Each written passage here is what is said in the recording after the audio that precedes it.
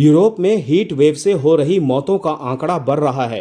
1300 लोगों की जान जाने का अनुमान है। ये पहली बार नहीं है। यूरोप में इससे पहले भी गर्मी से मौतें हुई हैं और भारत में भी।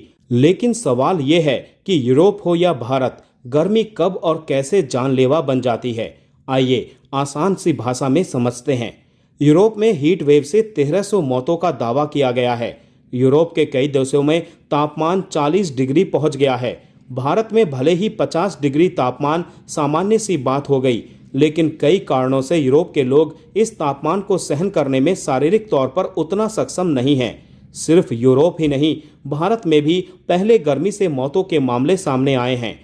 अब सवाल है कि यूरोप हो या भारत, गर्मी से मौतें कब और कैसे होती हैं। ज़्यादातर लोगों को लगता है कि 45 या 50 डिग्री सेल्सियस का तापमान ही जानलेवा होता है, जबकि हमेशा ऐसा नहीं होता। गर्मी में कम तापमान भी मौत की वजह बनता है, खासकर जब हवा में नमी ज़्यादा हो।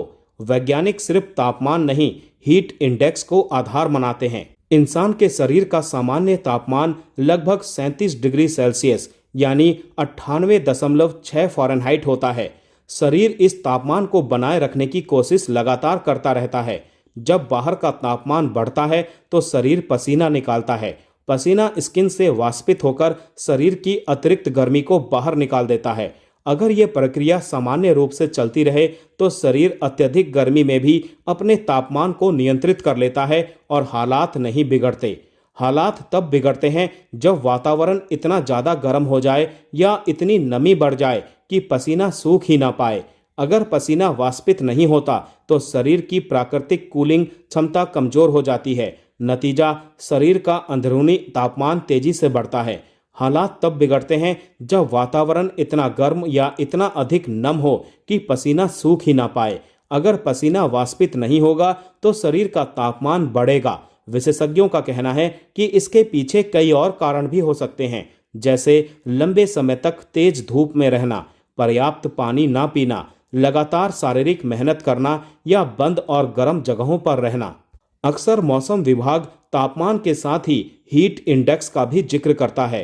हीट इंडेक्स वो मान है जो तापमान और हवा में मौजूद नमी को मिलाकर बताता है कि वास्तव में शरीर को कितनी गर्मी महसूस होगी।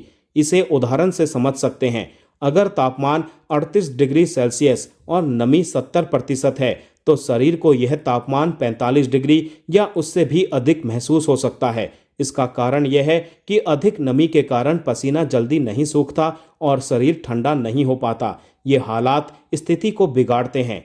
जब शरीर का तापमान 40 डिग्री सेल्सियस या इससे अधिक हो जाता है तो हीट स्ट्रोक का खतरा बढ़ता है।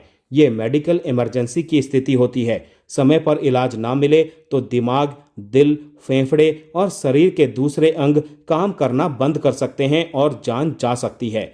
हीट स्ट्रोक का सबसे ज़्यादा खतरा कुछ खास उम्र और हालातों में अधिक होता है, जैसे 60 वर्ष से अधिक आयु के बुजुर्ग, छोटे बच्चे, गर्भवती महिलाएं, निर्माण कार्य करने वाले मजदूर, खेती या फैक्ट्री में काम करने वाले लोग और heart, diabetes, kidney patients. Experts कहते हैं कि शरीर में पानी की कमी मौत का खतरा बढ़ाती है।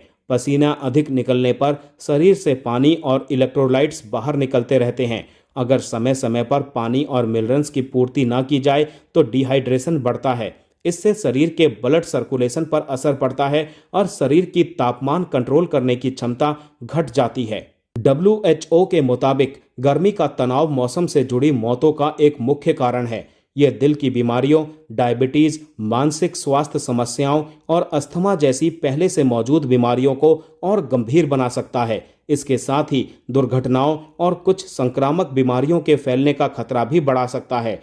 हीट स्ट्रोक एक मेडिकल इमरजेंसी है जिसमें मृत्यु दर बहुत अधिक होती है।